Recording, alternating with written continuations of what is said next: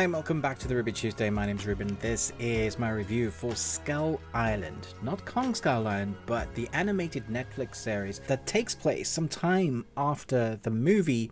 It is canon, as far as I'm aware, especially as they mention the origins and what happened in the Kong Skull Island movie. Pretty sure this is connected to the massive universe, but doesn't matter as well. If you've never seen the film, you can totally come into this and just enjoy it for what it is.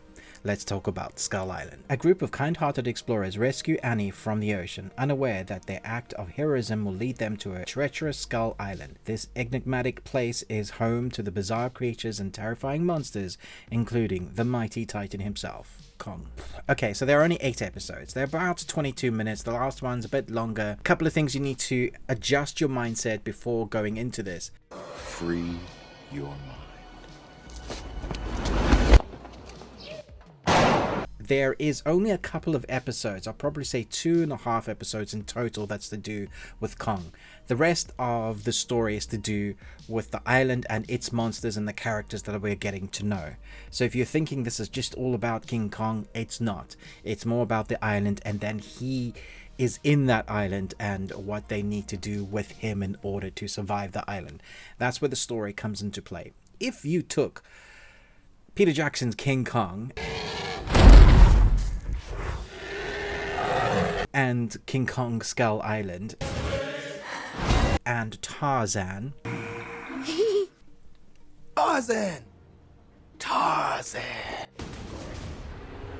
and Jurassic Park 3, You probably won't get off this island alive. mush those all together into an animated series, that's kind of what you get here. Because we have a multiple tangents of storyline. A young girl that has grown up basically on her own, almost like a Tarzan kid. We have kids trying to rescue their friends, dad trying to look for his son.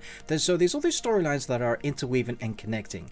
And then we get those sequences that are on the island with the very mysterious creatures. So you're thinking prehistoric, but really it's I wouldn't say perverted, but just different things that we haven't seen before. We've seen a little bit of them in that monster universe on Skull Island. We've seen a bit of Peter Jackson's take on, the 20 minutes sequence where the director of Superman, there was a Bryan Singer that directed those action sequences. We get those giant worms. No. Really strange creatures. And that for me is the thing that stood out most to me about the enjoyment that I found having in this. The creature designs in this are fantastic. Very different, unique, the sort of thing you look at a rock, but it's not really a rock.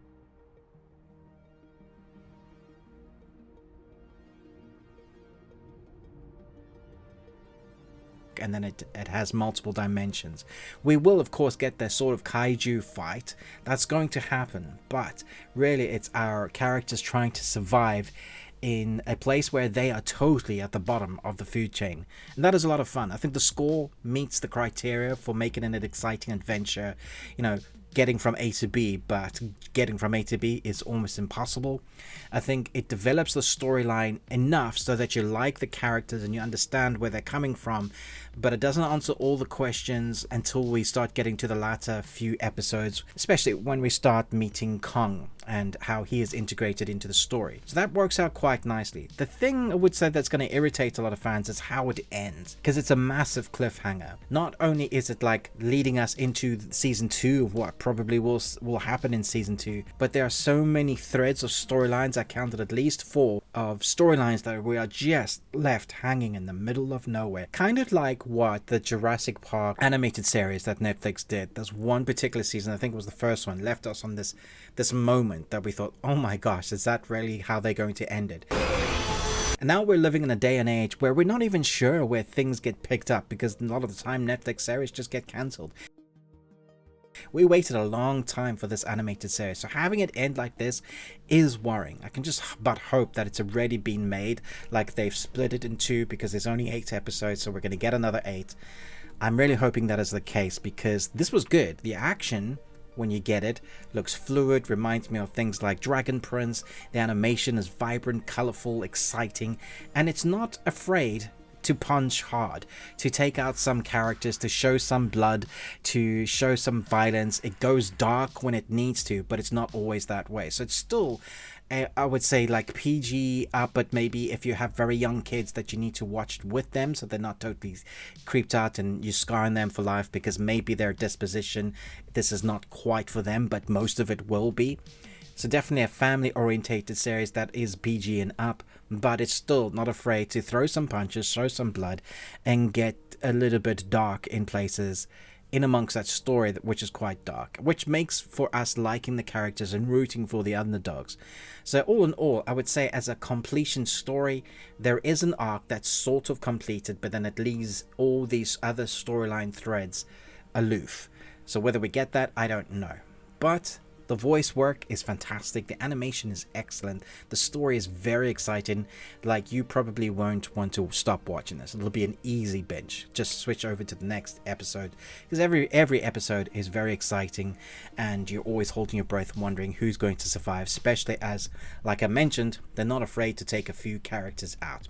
Having said that, there's totally plot protection for some of the main characters, like they have 1,000 or 1 billion luck.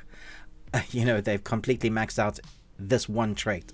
Not any others, they can't fight or do anything, but their luck is 1 billion. So there is that sort of character moments where they just survive things that they shouldn't, and you don't mind so much because you want them to survive, so you're on the adventure with them, sort of like watching a Jurassic Park film or a King Kong film. You know how the humans illogically survive. You do get that in here, but that's okay. I didn't mind that because I wanted to see what was going to happen in the story, and you want them to survive. You're rooting for these characters because you kind of like them. Depends on which kid you're rooting for. The young teens, you'll probably have something to relate to as an adult. Young teens, you know, there's various main protagonists, so everybody will be able to relate to it somewhat. At least the hero's journey and the underdog journey, I think you should be able to relate to. So this was a lot of fun. I'm going to give it 3.75 Nicolas Cages out of 5. And you got one. Congratulations. I probably would have given it a 4 had it not been for that awful ending. If it does get cancelled there, I'll drop it down to a 2 because that's ridiculous. Should not be ended like that at all. So I don't know what Netflix is doing with this, but fingers crossed, because this first helping was really exciting to watch and I loved every episode. There wasn't a weak link in the story apart from that ending. Animation good. It's good. It's good. Score good. It's good. Definitely worth a watch if you're into animation and you want to know a bit more about some of the lore, perhaps that they have in the movies but haven't really alluded to, but now are sort of explaining. You get some of that information in here that you're like, I didn't know that, or that solidifies what I think, that especially if this is canon, which I think it is. Thanks so much for watching, but most of all, until next time, remember, live long on Tuesday.